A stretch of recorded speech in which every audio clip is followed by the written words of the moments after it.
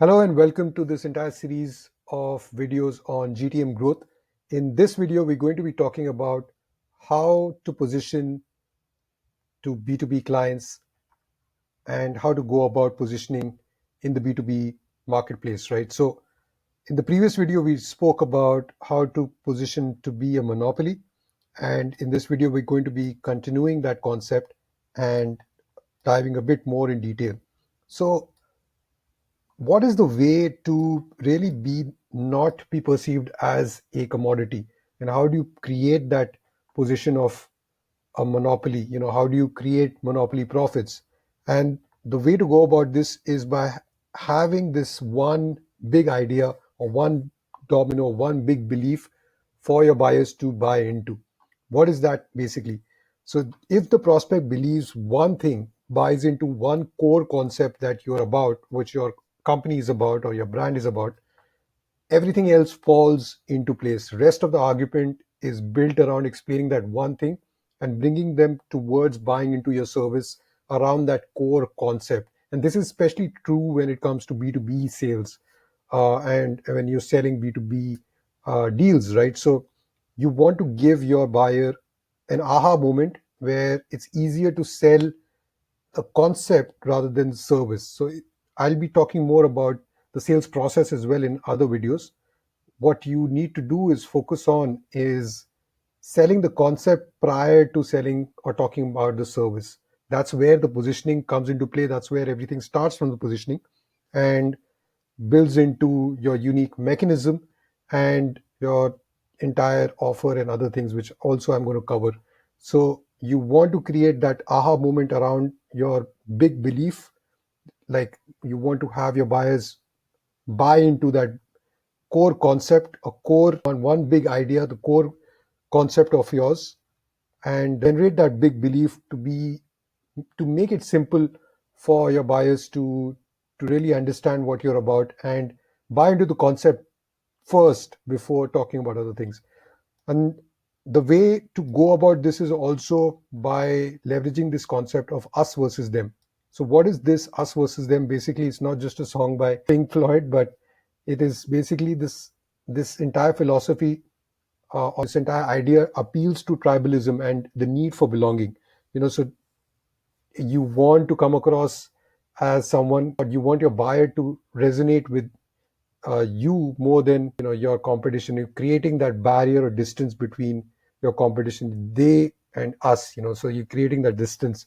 So it helps people to identify with something and feel distinct from others when they are when they come across your marketing or once they are talking to you in your sales process. So it creates that emotional connection and motivates action. And we as human beings are hardwired to distrust, so what we don't know, and we are basically hardwired to feel pleasure for the things that we do know. And humans, like, that's why humans that we are familiar with tend to like more people, tend to like we tend to like those kind of people we are familiar with more than other people.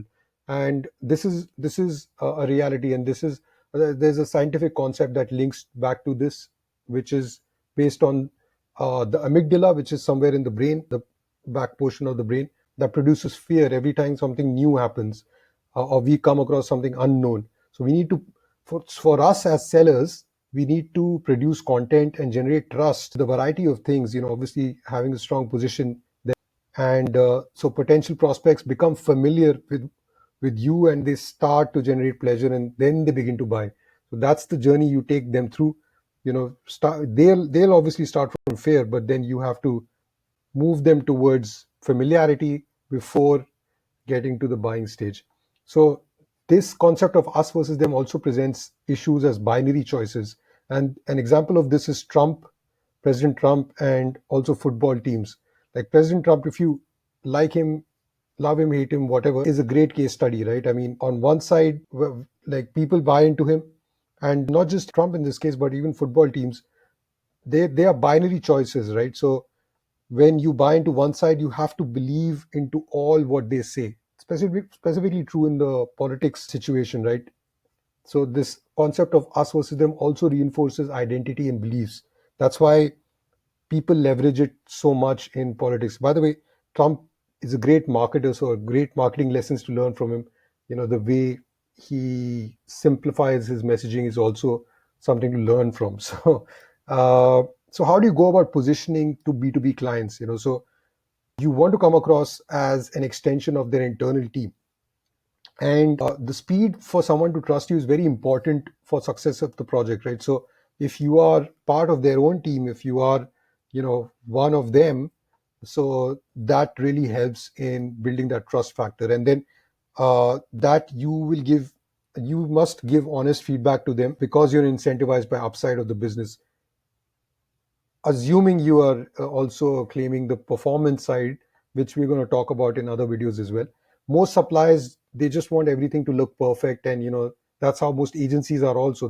This is, if you're in a similar kind of an agency who wants to cut through, this is a good way to go about it, right? You do all that you can for the business. So one of the ways to position to clients or B2B clients is to make sure that you are more focused on the case study as opposed to money. Obviously the money is important, but case study is a little bit more important, and that's why the focus should be on. You'll work harder for them than their direct team. If you are incentivized by the upside, you're getting 3 to 4x more in return than what you would if you were just to get a fixed fee. We're going to talk more about the upside in all those concepts in another videos as well. But right now it's just about positioning. So you have unique access to things that they or the rest of the market don't, and you maybe have access to the cutting edge in whatever service that you're offering, optimizing and testing, and you tell them what marketing strategies go out of date, because marketing obviously changes within 3 to 4 months. So you come across as a partner who's going to help them stay ahead of the curve. One good example of this is the lawnmower. So why do you buy a lawnmower? Is to simply cut grass, and we need to employ this concept in our entire messaging and positioning as well. We want to focus on starting to sell results, because that's what people want to buy. Very simply, like if someone was to buy a lawnmower, they want to cut grass, and simply if someone wants to buy your offer, there needs to be an outcome or the result that buying into an offer would yield. So we want to make it really easier for them and quicker for them to get their desired results rather than other options. And these are the factors for making a decision. There are about 5 factors. One is cost, the other is risk, effort, time, and discomfort. I'm just going to quickly cover all of them. Cost, you want to come across as an option where you are essentially 4 agencies doing the same thing. So it's not about the cost, it's about the return for them. The investment might be higher than a single agency, but the offer showcases lesser cost as compared. If they were to buy all those options alternatively from the marketplace, it would be much more expensive for them. So it's actually a very low cost solution from that perspective. So you still have high fees, but the value they're getting in return is significantly different. You want to lower the risk by adding in a guarantee. And one of our guarantees is doubling the revenue or doubling the investment in 12 months, or we work for free for up to 3 months at zero agency fees. Something similar, maybe you work for free until that happens. Add in that guarantee for doubling the revenue or achieving the KPIs. Very simply, if you were to picture it like delivering 200K for 100K that you're charging them. So if your outcome is more around the KPIs, then you can position it like that. Low effort, you're going to do the work, it's done for you. So for them, it's low effort rather than an info coaching program where they have to do a lot of work themselves. Lesser time to get the results. That's why the first 4 weeks are important, and quick wins really help. If you get the campaigns launched ASAP, if you are launching campaigns for them, if you can get them launched ASAP, that's great.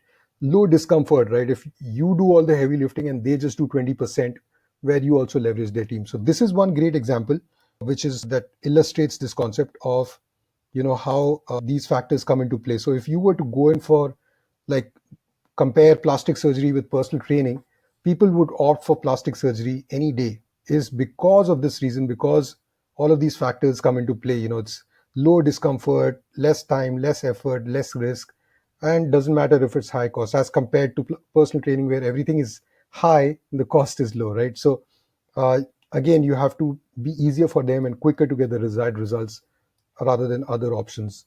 So some of these insights in B2B positioning, just to wrap up this entire concept, is that the buyer needs to think that it's quick and easy to implement. There's a clear roadmap. You have to show it's the best route when designing an offer, we have to make it as simple as 1 2 3. It's going to get to the outcome as this is the blueprint that you're working or helping them with. It's easy to start and going to be progressed quickly. Outcome has to be significantly outweighing the effort and investment. You have to be compelling enough for the buyer to be interested to work with you. And one of the most important things is to give more of a holistic solution. You spoke about coming across as four agencies. So that's a holistic solution to what they want to be doing in a better way.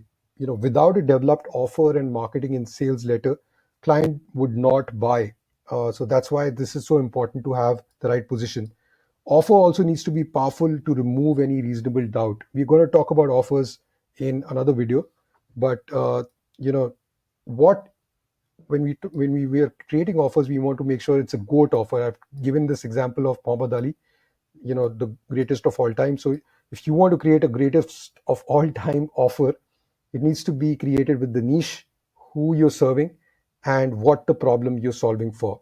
And our goal is to basically build the best offer, communicate it clearly to the marketplace, and ensure the product within the offer gets results. That's the basic theme of this entire thing, right? So we spoke about the idea of being a new hope. So you want to be a new opportunity. The buyer needs to believe that this is new and not something that's been done before by anyone else. And this is built specifically for them, just for them, like a custom suit. If you order a custom suit of Europe, you basically go and buy a custom suit. This is the experience you want to provide to your buyers as well. And we don't want to upgrade what's already been done. Again, this concept of being a new opportunity, a new vehicle, a new hope. What marketing agencies find it hard to get meetings is because there is a negative association with them, because they're coming across as already what's being done. You want to explain what they've tried before has failed in a factual way. Again, ties back into positioning, why they failed and why what you're doing is going to help them win. Two of the important things or feelings that you want to communicate or tie into your entire positioning, offer, and assets are certainty and significance. Tony Robbins talks about this. Like, people want to have or experience these two feelings, which is certainty and significance. So you want to build this into your sales proposals, in your campaigns, into your offer. You want to make sure that they're certain enough that they'll get the outcome, and you want to make sure that they feel significant as well, by the end of it. If it's revenue growth, that's a easy route to do that. If it's reaching some kind of KPIs for the business, that's also another way. You want to charge high ticket, and high value is going to improve the business and relationship with clients. So for your clients, they'll be more emotionally invested, there'll be higher perceived value, they'll get better results, they'll have more demandingness, more revenue per fulfillment. And for your business, there'll be more profit, more revenue per client, perceived value of yourself to negotiate will be higher, you can manage the client better, and the perception of impact also will be higher. Clients will have more confidence where you're going to deliver the results. So even when you're with your sales team, they'll have more conviction. Service levels will be higher, because if you're able to charge higher, then you can pump those profits back into the business and into the fulfillment, right? So the offer is again something that is not static. It changes, develops as you get more insights. You optimize the processes, tweak 20% every time basis market feedback, and keep building on it. And this is where it links back to the B2B positioning, how everything you can sort of tie into to make sure that you really have a strong position in the marketplace, that or a monopoly, and claiming those monopoly profits and not being a commodity. I hope this video was helpful. If you have any questions, just feel free to reach out to me. I'd be happy to help. Me or someone from my team would be happy to help. And I will speak to you in the next video where we'll talk more about the offer, sales process, and other concepts.